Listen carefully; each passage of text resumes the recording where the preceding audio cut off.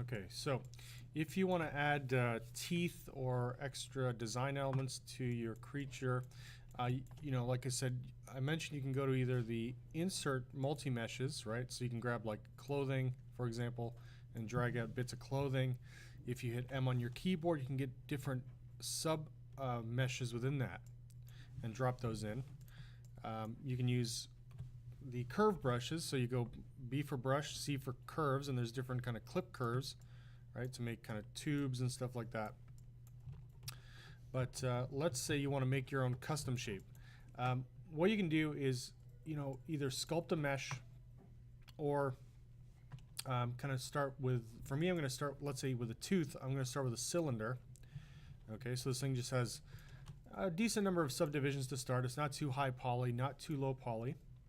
And right now this is basically like a ZBrush primitive, kind of like in Max or Maya. You can change some of the settings. So what I can do is, you know, increase or decrease the subdivisions. I'm going to decrease the size here on X to, let's say, 30 by 30. So you get this skinny cylinder, and then you can do what's called a taper top.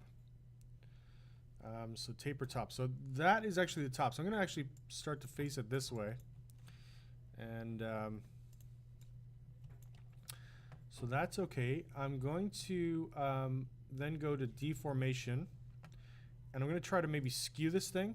If I skew it, it might skew it in a kind of an odd way. So there's different kinds of skews. There's an S bend, which is like a spherical bend. So if I want that kind of like tooth-like angle, right, I can, or fang, I can kind of push it into that position. And don't forget, when you start with a primitive like a sphere, a cylinder, a box in ZBrush, you have to go into Make Polymesh 3D to make it a truly editable object. So I'm going to go Make Polymesh 3D, so it's a true kind of editable mesh and sculptable mesh. Now, if you want to turn this into a brush like an insert brush or a curve brush, you have to kind of align this to a certain view. The best way to think of it is this. You want to look, so let's say if I want this tooth to be planted into the mesh from the bottom here, I want to look at it from a top view. So I'm going to rotate around and then hold shift and snap to this view. Okay. So what I'll do next is I'll go to the brush palette. You can either go here, or I usually just go to my regular brush palette here, and I'll go Create Insert Mesh. Now before I do that, I should probably rename my subtool. It's not a bad idea. I'll go Tooth, or maybe Fang, let's say. Fang, and then I'll go Brush, Create Insert Mesh. I'm going to create a new brush. Okay. So now if I jump back to my kind of creature sculpt here, this crazy thing, and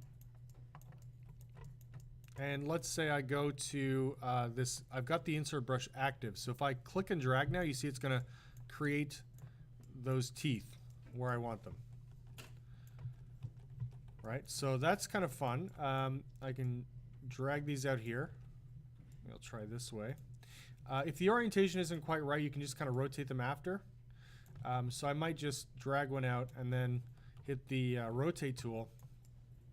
The great thing is the rotate tool generally automatically creates a sort of like pivot point for it. So you can try to rotate this thing on the pivot there. And then I could try to, you know, move duplicates over. So holding Control and then, oops, using the Move tool. There we go, Control, Move. So you can kind of drag out copies of that very easily. Now, if you wanted a quicker way to drag copies out, what you can do is go, I'm going to go back to brush mode. So I've still got this insert mesh selected here. I'll go to Stroke and then Curve. So it'll now apply across a curve. Oops, let me take the size down.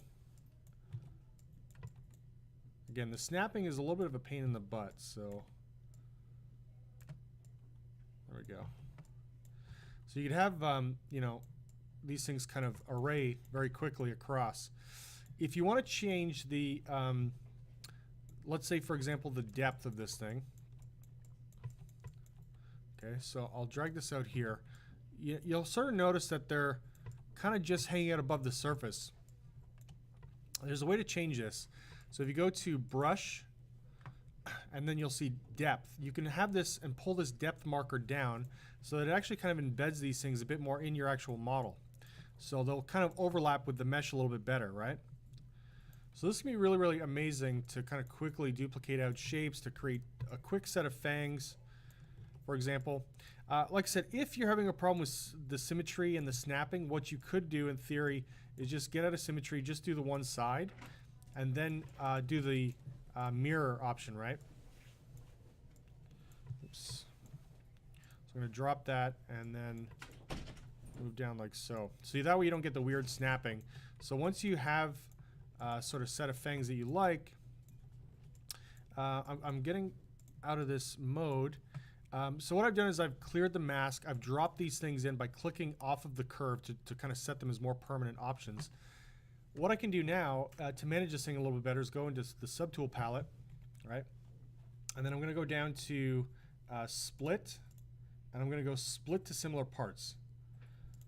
Zbrush is kind of amazing at this, so I'm going to hit OK. And what it's actually done is automatically split the teeth off as their own separate subtool now. It recognized them as kind of similar shapes or parts, and now they're easy to manage. I'm not going to dynamesh them. I'm not going to subdivide them if I don't need to. And then I can go to Z plugin, subtool master. I'm going to go to mirror and hit mirror, and it's going to flip these things over. So I've now got the duplicated sort of teeth, right? So that's really great. If I want to add to this, so let me go back to the fang option here. Let's say I want a longer version of this. So go back in here. I'm just going to do a simple deformation. So I'll go, let's say size, and in size there's an XYZ option. So I'll turn off X and Z, and I'll make a super long kind of stretched out version. And then again, I'll rotate it, align it to the top. So I'm going to rotate, view it from the top, hold shift, and that way it'll snap to the surface properly. And I'll go to, back to brush, create insert mesh, and I'm going to tell it to append or add to the current brush. So I've got a short sort of stubby fang and then a long fang. So I'll go back to this subtool. Which one was it?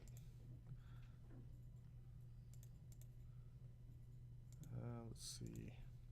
Just got to find my proper model here. I guess I'll just use this one.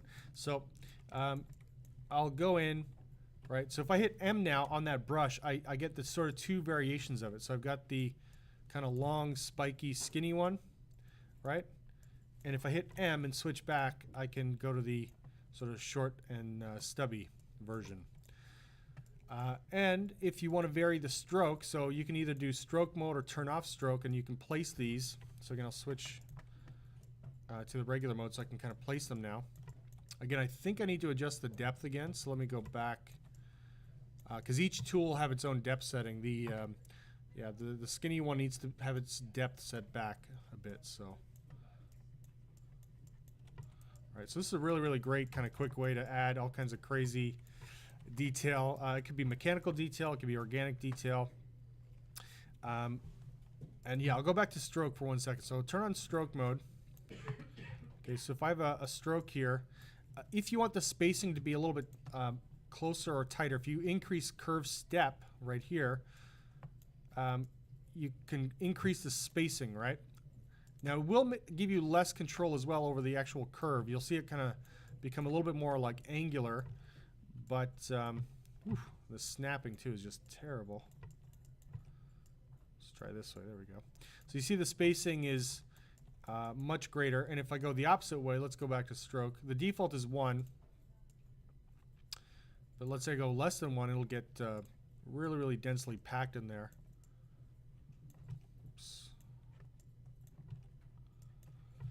For some reason now it doesn't want to show. Bizarre.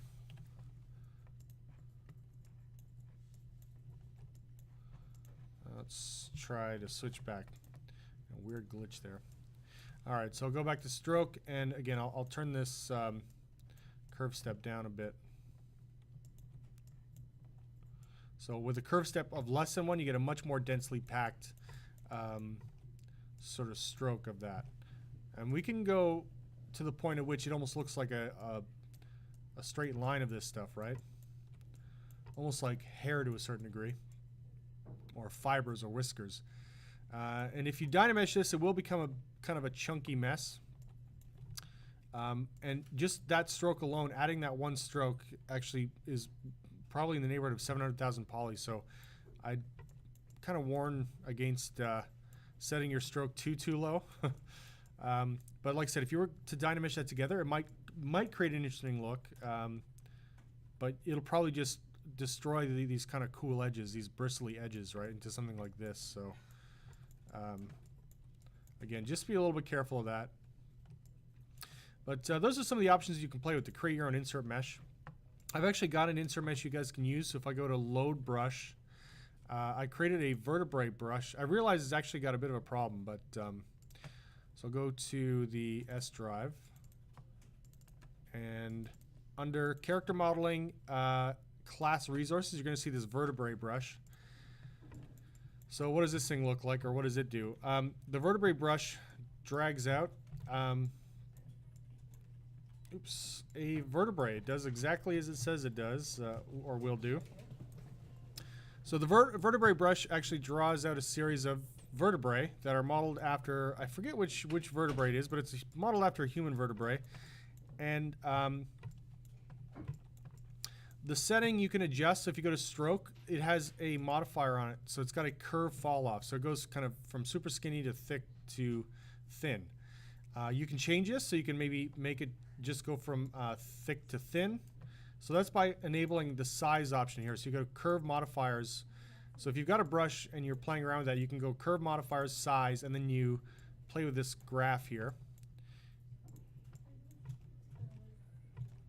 And if I click and drag it, you'll see it'll go from thick to thin. Again, you see it's kind of hovering over the surface. So if you want it embedded in the surface, you just go to brush and adjust the embed down. Let me make this rather large. Let's try this. Okay, so it's going to kind of stick into the mesh a little bit more. And then you could try, if you want, you can kind of drag this around and play with the angle a bit by pulling the curve around the surface. So you can kind of get different angles and kind of flow there with that, and then set that into the mesh. And I've tried to make this thing fairly lightweight. Again, you can go to stroke, turn off size, turn off curve mode to just see it as a dropped mesh, to see what the mesh originally looked like. So this is what the vertebrae looked like on its own, right? And I believe there's a way to extract this. I'm trying to remember how to do it, but create brush, create blah, blah, blah, blah. If you want to save the brush or a variation of the brush, you can go save as, and it saves it as a ZBP, which is a Zbrush preset, or a Zbrush, Zbrush sort of preset brush. I'll try to find out and jog my memory on how to kind of extract this. So if you find individual models that you want to just kind of extract out and use as a one-off piece instead of dropping it in like this, you can do that as well. Anyways, that should help you guys out if you want to add some crazy detailing to your character mesh.